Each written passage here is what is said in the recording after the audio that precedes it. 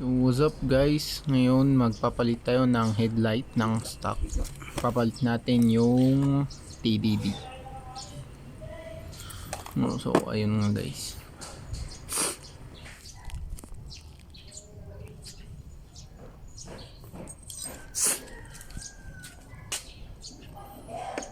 nating baklasin yung headlight.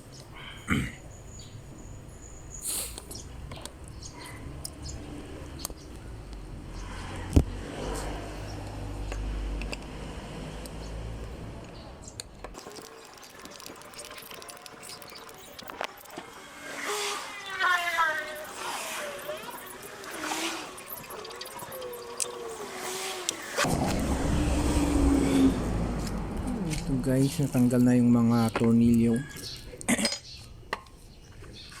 Na natin yung headlight guys, iwan ko to, still holding on to. And I'm still holding on.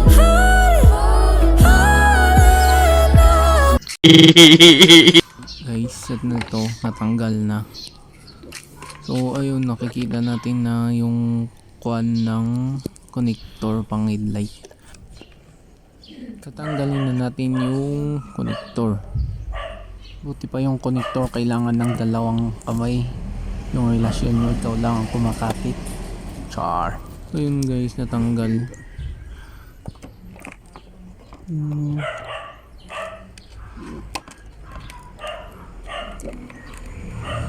Tatanggalin na natin ngayon yung dust cover. Yun.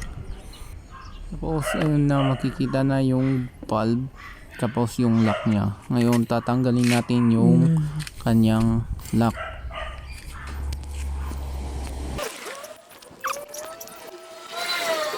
So ayun, natanggal na yung lock. And set aside natin. Tapos ngayon tatanggalin natin yung valve. Ito pala yung stock valve ng XR H4 valve. Tapos ngayon papalit natin yung LED na TDD 45 watts. Ganyan yung itsura guys ng papalit natin. Pala yung AC papalitan natin ng DC, battery operated. Tapos pati pala yung plate papalitan natin ng pang H4 para hindi tatalagaw sa headlight natin.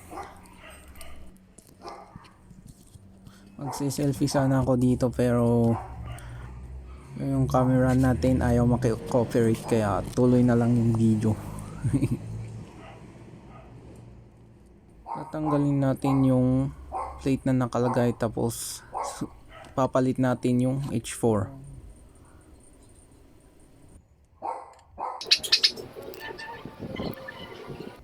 Ayun, natanggal. Ngayon lalagay natin yung H4 plate.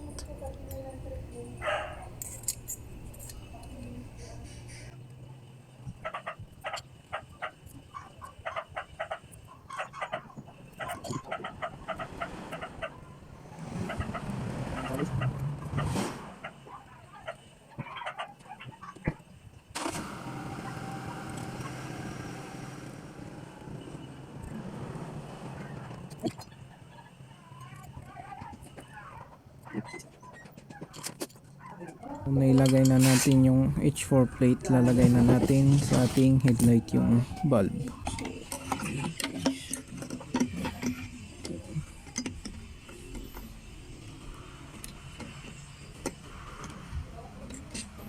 Okay, pumasok. Sorry. Isa to.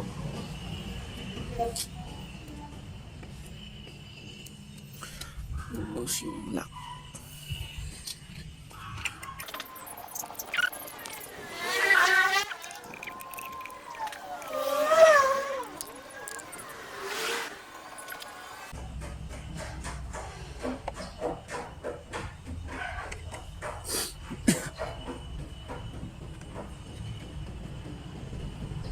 So ayun, nakikita na natin yung kanyang lock. Ngayon susunod naman natin ay kanyang wiring.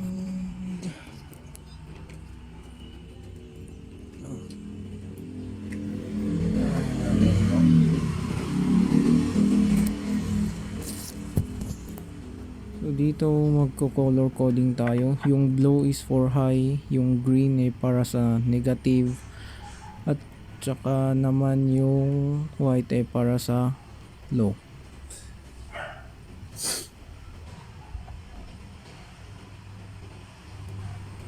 Kasi magkaiba yung kanyang mounting, kaya pipit-pitin natin yung mounting ng LED para sakto dun sa kanyang connector. Yung kon kasi ng connector is flat, tapos yung kon ng ating LED is round, kaya yun i-flat natin yung mounting ng LED para papasok dun sa mounting ng connector. Yun.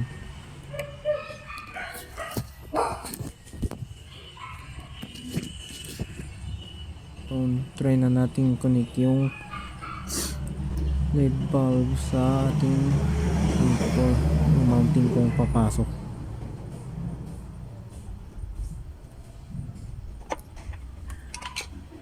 Yung nga guys, kulang, kaya i-adjust natin hanggang sakto doon at pwedeng pumasok doon sa connector.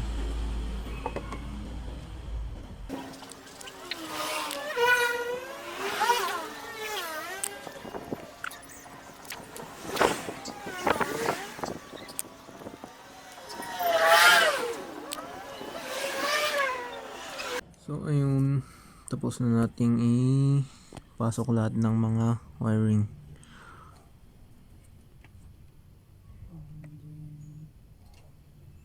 Ngayon yung switch naman, gagawin nating battery operated yung switch ng headlight kasi yung stock DC.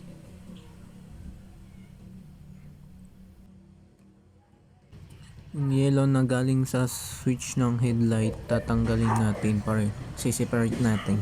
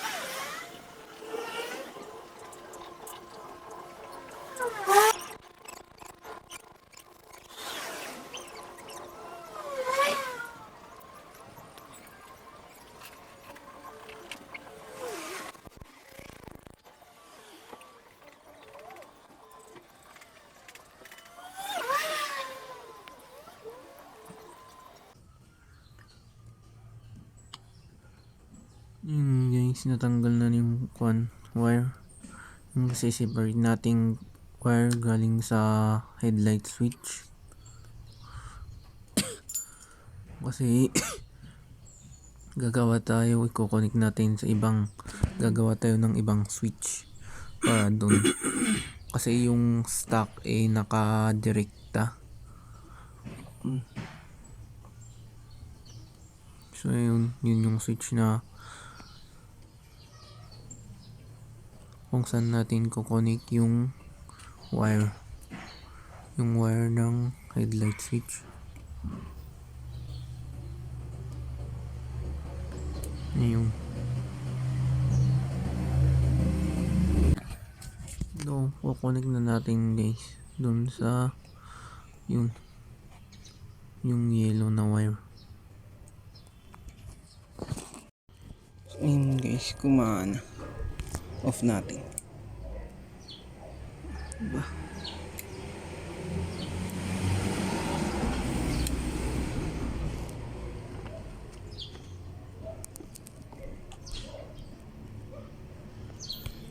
Ayun, guys.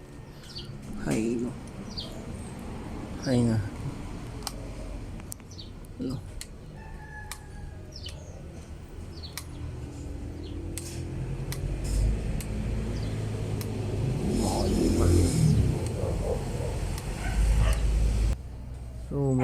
natin yung mga tornilyo ng headlight guys. Tapos mamaya try natin dun sa basement yung ilaw. Kung malakas.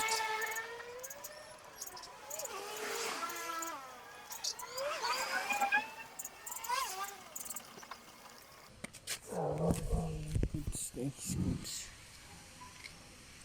Oops. So ayan. Tara guys, try natin kung gaano kalakas yung ilaw.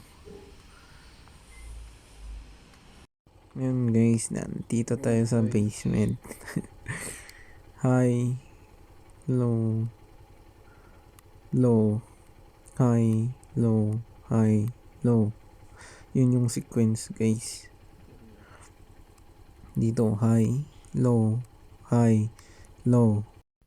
Thank you guys sa panonood. Pa-follow and subscribe. Thank you.